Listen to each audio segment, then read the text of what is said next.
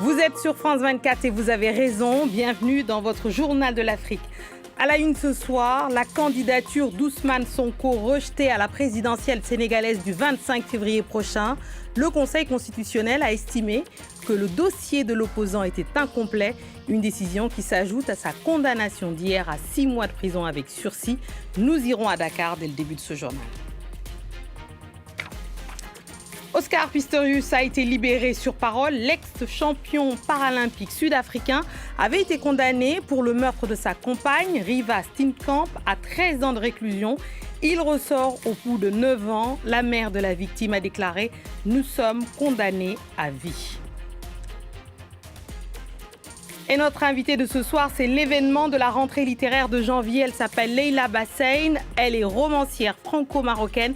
Elle publie son 3e roman, Ce que je sais de Monsieur Jacques. Un livre comme un cri bouleversant lancé aux adultes amnésiques et coupables de non-protection aux enfants pauvres, livrés aux appétits féroces d'un monstre violeur. C'est le principal opposant sénégalais et à 1 mois et demi de la présidentielle. Sa candidature vient d'être rejetée. Le Conseil constitutionnel a estimé que le dossier d'Ousmane Sonko était incomplet. Ce rejet intervient au lendemain d'une décision de justice qui confirme la condamnation pour diffamation à 6 mois de prison avec sursis, une peine qui, selon le code électoral, risque de priver Ousmane Sonko de la présidentielle. Ce dernier est incarcéré, vous le savez, depuis fin juillet, inculpé pour atteinte à la sûreté de l'État dans un autre dossier. À Dakar, les précisions de notre correspondante Sarah Sako. C'est parce qu'il est incomplet que le dossier de candidature d'Ousmane Sonko a été rejeté par le Conseil constitutionnel, selon son représentant et avocat, Maître Ciré Clédorli. À la sortie de l'institution, ce dernier a parlé de farce électorale. Selon lui, le dossier était bien complet. Il a notamment évoqué le parrainage des élus, même si ces dernières semaines, rappelons-le, le mandataire d'Ousmane Sonko n'avait pas eu accès aux fiches officielles de récolte des parrainages, ni au quitus d'ailleurs, qui est donné par l'administration en échange de la caution. Écoutez, Maître Clédorli, représentant d'Ousmane Sonko. Il est clair que la cascade de violation de la loi ne s'arrête pas et qu'il y a une volonté d'aller vers des élections qui, dès le départ, manquent de transparence. Nous ferons les recours prévus par la loi, nous resterons dans la légalité, mais dans tout état de cause, la souveraineté populaire s'exprimera. En attendant une suite à cet interminable dossier, la coalition d'opposition bâtie autour d'Ousmane Sonko Yehui Askanoui a multiplié les candidatures. Parmi celles-ci, celle de Bassirou Diomaye Faye, lui aussi investi par l'ex-Pastef d'Ousmane Sonko. Il est également incarcéré en attente de jugement. Plusieurs autres alliés de Sonko au sein de cette coalition d'opposition ont également déposé un dossier de candidature. Alors qui pourra véritablement participer au scrutin? Réponse le 20 janvier. Quand le Conseil constitutionnel publiera la liste définitive des candidats pour l'élection. On passe au Kenya où le président William Ruto fait l'objet de nombreuses critiques suite à ses menaces de désobéir aux ordonnances des tribunaux émanant de juges qu'il considère corrompus, associés selon lui à l'opposition pour bloquer ses projets de gouvernement, une réaction qui suscite un tollé dans tout le pays. Notre correspondant Bastien Renouille nous en dit plus. Tout a commencé ce mardi lors d'un enterrement auquel était invité le président kényan William Ruto. Lors d'un discours, il a ouvertement critiqué le système judiciaire. Il n'est pas possible de respecter un tel système, a-t-il dit, si des individus bénéficiant de la corruption se permettent d'acheter des fonctionnaires afin de bloquer les projets du gouvernement. Il parlait principalement de 2 projets, la couverture sociale universelle d'un côté et un nouvel impôt sur les salaires visant à financer des logements abordables pour les Kenyans les plus pauvres. 2 projets qui sont à l'arrêt suite à des décisions de justice après qu'elle ait été saisie par l'opposition. Cela a suscité un tollé après que les médias aient relayé ses propos dans le pays. Le président persiste et signe. Ce jeudi, il a de nouveau renouvelé ses propos en public. Il a officiellement dit que des juges sont corrompus, probablement directement par l'opposition, cela il ne l'a pas affirmé, mais c'est ce que cela voulait dire, pour bloquer ces projets. Alors cela suscite un tollé général chez les professionnels de la justice. La Law Society of Kenya, qui défend le système judiciaire, appelle à manifester. Martha Koome, la chef des juges du Kenya, dit que c'est une attaque contre l'état de droit. Et puis la commission des droits de l'homme kenyane demande au président kényan de s'excuser. Il y a un front commun entre les professionnels de la justice, les défenseurs des droits de l'homme et l'opposition, qui tous pensent qu'un président ne devrait pas pouvoir dire cela et que William Ruto doit officiellement présenter ses excuses. L'ancien champion paralympique sud-africain Oscar Pistorius est sorti vendredi de prison en toute discrétion et en évitant l'œil des caméras. Et il se trouve maintenant chez lui en liberté conditionnelle, près de 11 ans après le meurtre de sa compagne, Riva Steenkamp. Noémie Roche. Des véhicules se sont relayés toute la matinée à la sortie du centre pénitentiaire. Mais impossible de distinguer Oscar Pistorius, dont l'heure de sortie a été gardée secrète pour des raisons de sécurité selon les autorités. L'ancien athlète paralympique a bien quitté la prison et se trouve maintenant chez lui, d'après l'administration pénitentiaire. Ses déplacements sont restreints à cette banlieue près de Pretoria, où se situe la propriété de son oncle. Le sextuple champion paralympique a l'interdiction de s'exprimer dans les médias. Condamné à 13 ans de prison pour le meurtre de sa compagne Riva Steenkamp, tuée en 2013, Oscar Pistorius a purgé un peu plus de la moitié de sa peine. La mère de l'ancienne mannequin a réagi dans un communiqué. Nous qui sommes encore là, nous sommes condamnés à vie. Il ne peut y avoir de justice puisque l'être cher ne reviendra jamais.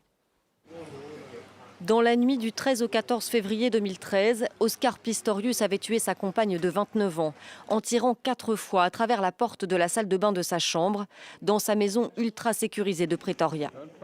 Lors de son procès retentissant, l'athlète avait admis l'avoir tué par accident en affirmant qu'un cambrioleur se trouvait dans la salle de bain. Une version que la mère de Riva Steenkamp dit n'avoir jamais crue, tout comme elle reste convaincue qu'Oscar Pistorius ne s'est pas réhabilité en prison.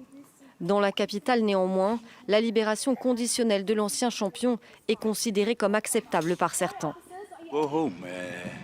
Laissons-le sortir, il a fait son temps. Et c'est aussi une question de réintégration dans la société. Les associations féministes estiment-elles que la libération anticipée d'Oscar Pistorius envoie un mauvais message ?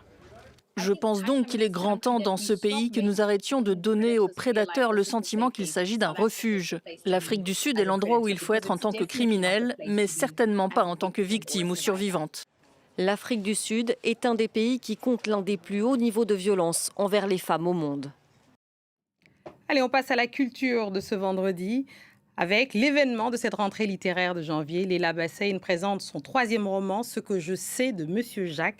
Bienvenue chez vous, Leila, dans ce journal de l'Afrique. Merci beaucoup. Merci de votre invitation. Alors, donc, vous êtes né au Maroc où vous avez grandi et étudié, fait plutôt des études de management et de commerce.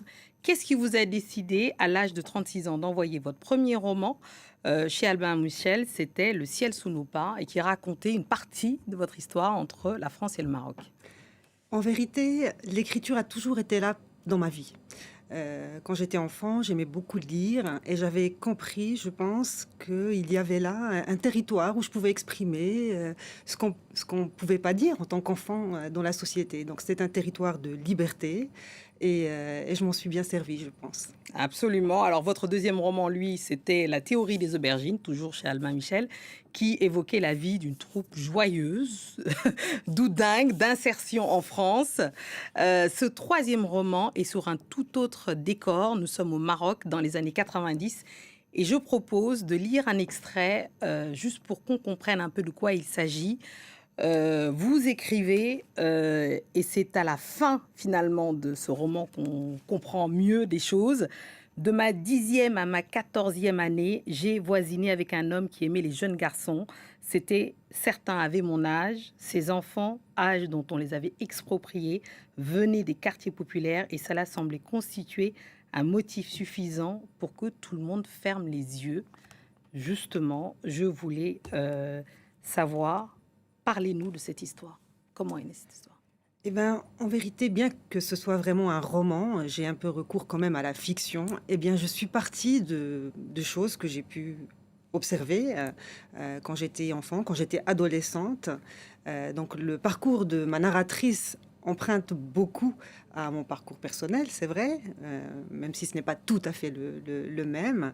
Mais c'est vrai que voilà, je voulais restituer aussi la force de cette colère quand on est enfant, de voir le silence qui entoure ce genre de crime commis sur les enfants et qui est complètement inadmissible. Donc c'est cette révolte, je pense, que je portais en moi quand j'étais adolescente, qui a attendu le bon moment pour écrire ce roman. Et j'ai voulu aussi, au fait, en faire vraiment un travail purement littéraire. Bien sûr. Parce que une des violences qui s'exercent aussi sur les enfants, en particulier les enfants des milieux les plus pauvres, qui n'ont pas vraiment accès à la culture, c'est une violence aussi qui s'exerce à travers la privation du langage.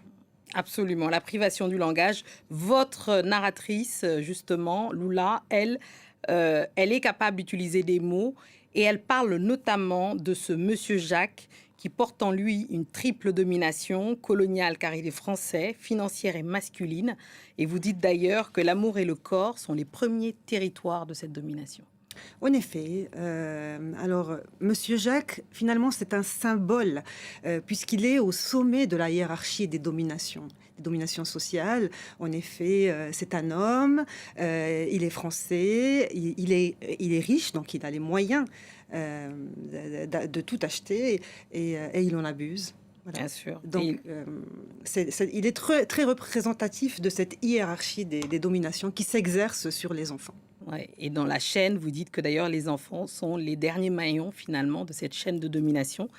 Cet ouvrage, il est aussi riche de la restitution d'une certaine époque, des années 90, de sa musique, de Michael Jackson au Gypsy King par exemple, qu'on va peut-être entendre. Je me dis, et ça nous transporte finalement avec la narratrice, justement, qui aime cette musique andalouse et tout ça. Elle est la lumière de l'enfance.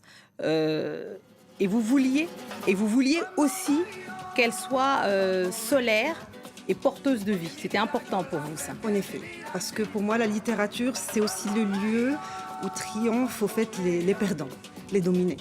À partir de là, il fallait aussi restituer la splendeur de cette énergie de vie, cette curiosité qui est là, qui est réelle.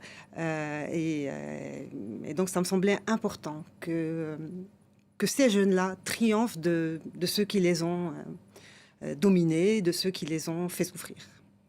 Les enfants, justement, vous leur donnez cette parole-là qui est justement, c'est avec beaucoup de grâce que vous racontez cette histoire sur l'exploitation sexuelle. Je vous conseille vivement ce livre, écrit avec poésie, truculence, sur un sujet grave, l'exploitation sexuelle des enfants pauvres dans les pays sous-développés.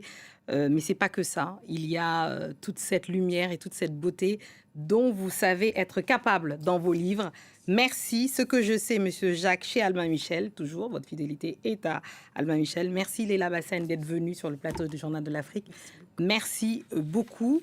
C'est ainsi que nous refermons cette édition du Journal de l'Afrique. Merci à tous ceux qui nous ont suivis partout dans le monde, de Marrakech à Rabat, Salé, en passant par Casa, partout, tout le Maroc. On vous embrasse. Bonne année, merveilleuse année à tous. Et restez avec nous car l'actualité continue sur France 24.